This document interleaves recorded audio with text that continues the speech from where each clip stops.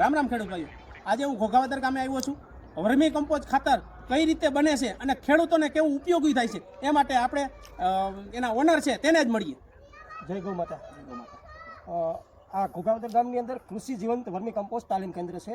આ જગ્યા ઉપર ગીર ગાયનું ગોબર અહીંયા કલેક્ટ કરી અને એનું વર્મી કમ્પોસ્ટ બનાવવામાં આવે છે કે જે સાણિયા ખાતરનો અત્યારે જો વિકલ્પ હોય તો સાણિયા ખાતરનો ફક્ત ને ફક્ત વિકલ્પ છે વર્મી કમ્પોસ્ટ.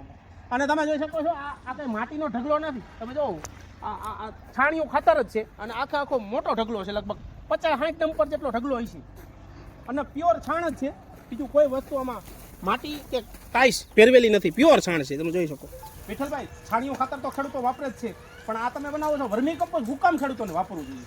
હવે એવું છે કે સાણિયા ખાતરની અંદર નાઇટ્રોજન, ફોસ્ફરસ અને પોટાશ 3 પોષક તત્વો હોય છે. પણ જે સૂક્ષ્મ પોષક તત્વો જેવા કે મેગ્નેશિયમ છે, લિંક, ઝીંક છે, લો છે, બોરોન છે, ફેરન છે, મેંગેનીઝ છે, એવા બધા પોષક તત્વો આ વર્મી કમ્પોસ્ટની અંદર હોય છે કે જે આ અળસિયાઓ જે ગોબરને ખાય અને જે આનો જે હંગાળ નીકળે છે એની અંદર બધા એન્ઝાઇમ્સ આવી ગયા હોય છે. એથી કરી અને નથી કહેવત કે ગોળ કરતાં પણ ગીરું, હા, તો ગોળ કરતાં ગીરું એટલે આ વર્મી કમ્પોસ્ટ.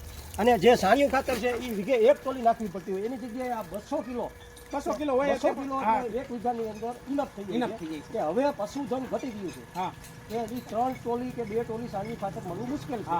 તો એનાથી આ વર્મી કમ્પોસ્ટ બનાવે તો ક્વોન્ટિટી પણ ઓછી જ હોય છે અને પોષક તત્વો બધા મળી રહે છે. વિઠ્ઠલભાઈ, વર્મી કમ્પોસ્ટ તૈયાર થઈ ગયું પછી એને પાછું આપણે બેગમાં ભરવા માટે તૈયારી કેવી રીતે કરવી? હવે આમાં કોઈ જાતનું રોકેટ સાયન્સ નથી. જ્યારે પણ 2 ફૂટની હાઇટનું આ બેગ ભરાઈ જાય, બેગ ભરાઈ ગયા પછી અળસિયાનો એવો નિયમ હોય છે કે ઉપરના સ્તરમાં હોય છે, 6 ઇંચના સ્તરમાં હોય છે. 6 ઇંચના સ્તર ઉપરથી લઈ લેવાનો, એને અલગ લોખો રાખી દેવાનો, નીચેથી જે 2 ફૂટનો થડ નીકળી હોય એનો આ રીતનો ઢેર બનાવી દેવાનો અને 8 થી 10 દિવસ સૂકવી દેવાનો.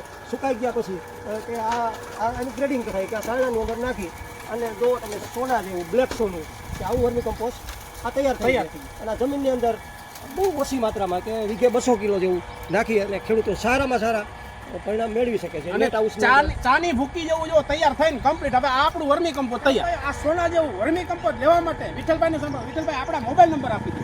મારા મોબાઈલ નંબર છે 82 60 33 57 10. ઘોઘાવદર ગામ, તાલુકો ગોંડલ, જિલ્લો રાજકોટ.